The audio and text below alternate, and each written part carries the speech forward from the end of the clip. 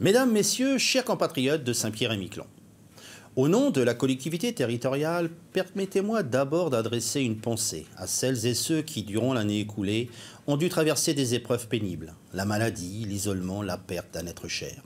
Que l'année 2020 leur apporte l'énergie nécessaire pour surmonter ces moments difficiles. 2020 marquera le passage à une nouvelle année, mais aussi à une nouvelle décennie, que l'on voudrait porteuse d'espoir pour notre archipel. Notre ambition affichée est d'installer au plus vite les bases d'un renouveau économique et social, à travers notamment la réactualisation du schéma de développement stratégique. Si les premières années nous ont permis de remettre à niveau les infrastructures du territoire, la collectivité territoriale va consacrer les prochaines à l'accomplissement des priorités stratégiques pour rendre notre archipel plus attractif, plus solidaire et plus agréable à vivre. Le progrès doit aller de pair avec le dialogue.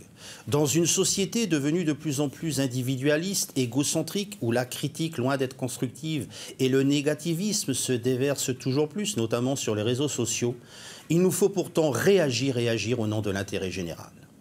Avec des efforts, des modifications de comportement et des décisions politiques courageuses, optons pour un développement de nos îles dans le respect de la jeunesse et du développement durable. Car l'avenir ne peut se construire sereinement en dehors du respect de l'environnement, de la protection des ressources et de la préservation des espaces naturels.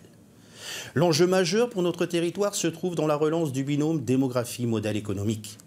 Pour cela, la collectivité territoriale doit s'ouvrir simultanément vers l'extérieur et la métropole afin d'attirer des investisseurs à long terme, à l'exemple du premier forum économique dédié à Saint-Pierre-et-Miquelon qui a eu lieu en octobre dernier. La réussite de cette opération est encourageante et invite à poursuivre dans cette voie.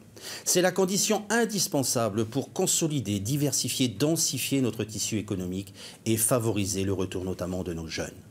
Pour 2020, la collectivité territoriale compte reconduire cette opération dans les régions où nos liens historiques sont les plus forts, Bretagne, Normandie, Pays Basque. À l'image de notre démarche globale, cette initiative se tournera aussi vers de nouveaux horizons, en se basant sur notre socle culturel commun. C'est en sachant d'où l'on vient que l'on sait où l'on va. Au nom des élus et du personnel de la collectivité territoriale, je vous souhaite une bonne et heureuse année 2020, pleine de santé, de prospérité et de défis à relever.